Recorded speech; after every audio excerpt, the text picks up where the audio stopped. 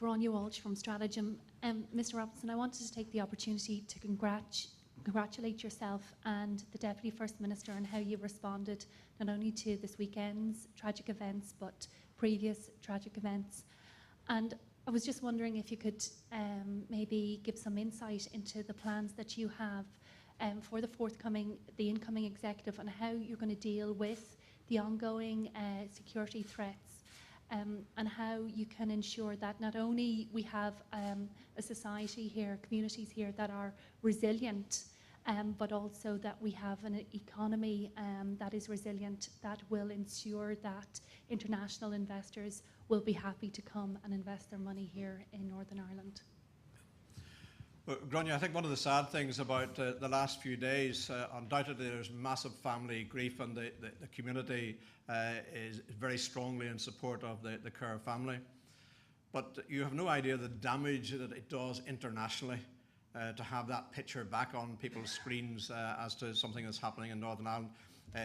It doesn't have the same perspective when it's seen on CBS or NBC, and people get the impression that they're at war again, effectively, is what comes into their mind.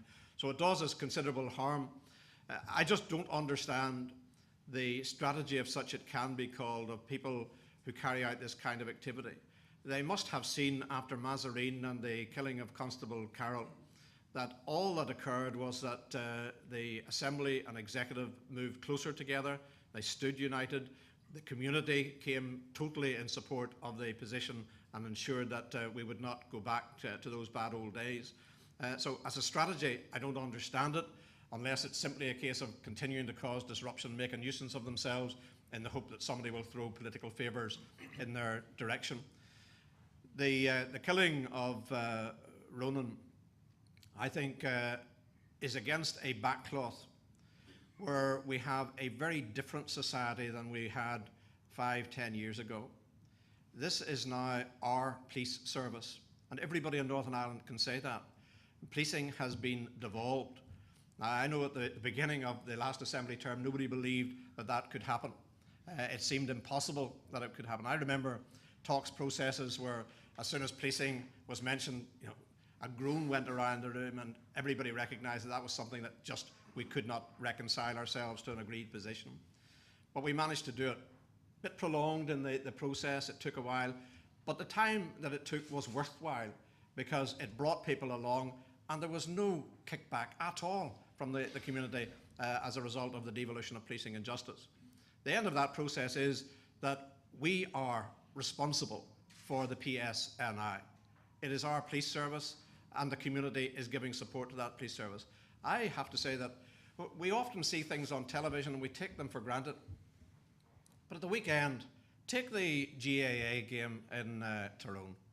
Now, it was good that the GAA came out with a statement of condemnation.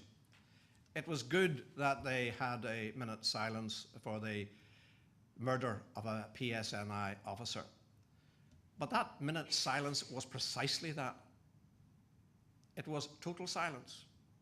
It was respect right around that ground. You just wouldn't have had that kind of thing in the previous decade. So it indicates to me that we have a united community. What we need to be doing is to display that united community to the wider international community so that it doesn't retard the work that we have done in attempting to present Northern Ireland as an attractive place to come to. So it's a job not just of the politicians, it's a job of the business community in particular, who will have the network, who will have the contacts around the world to give the real message of Northern Ireland. As far as what we do on the security front is concerned, I believe that the Executive will be united in supporting whoever the Justice Minister will be in taking the appropriate action. We politically must show a better alternative, and the police must do all that they can to apprehend those responsible. And the real way to do that isn't by pounding on doors, it's by people giving information to the PSNI so that they can make arrests, they can prepare their case, they can bring it before the courts, and due process can be applied. That's the only way forward in any peaceful democratic society.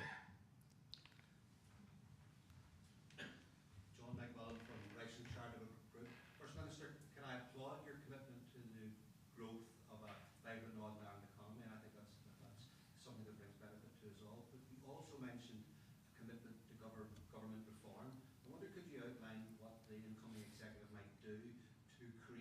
employment and administration.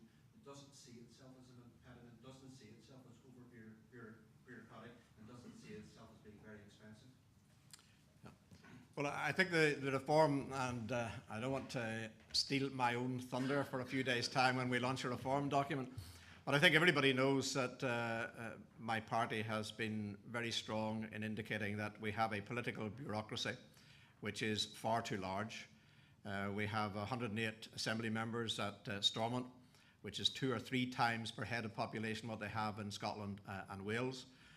Again, wasting resources that could go into services and expand the programmes that we have. We have 12 government departments. Some of them are more awkward separately than they would be tagged on to another department. It could easily be reduced to about 7. Again, savings would ensue.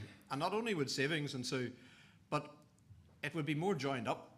It would work much more smoothly without the overlap that's taking place at the present time. But the other reforms, of course, are reforms in how we do business. And I'm one who was responsible for the agreement that we reached at St Andrews and the processes that we have in place. I believe that they were necessary in the particular circumstances that we faced.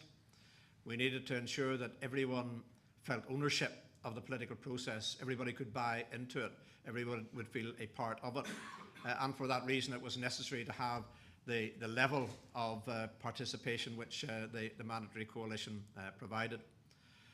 But I don't think anybody who is wanting to provide good government and was given a blank piece of paper would end up with the kind of system that we have.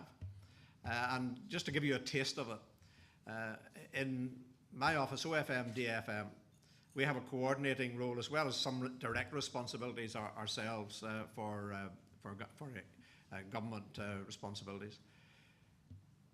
When a department wants to do something, say it is DETI, the Minister will quite easily come to a conclusion herself, because she has only herself and her officials to have around the table and to reach that agreement. But we then are given charge of putting it on the executive agenda and getting the necessary agreement. That sends it into a system known as the brokerage system. And that means that our special advisors on either side start punching each other around to try and get the rough edges from their political perspective. So you end up very much with a policy of the lowest common denominator.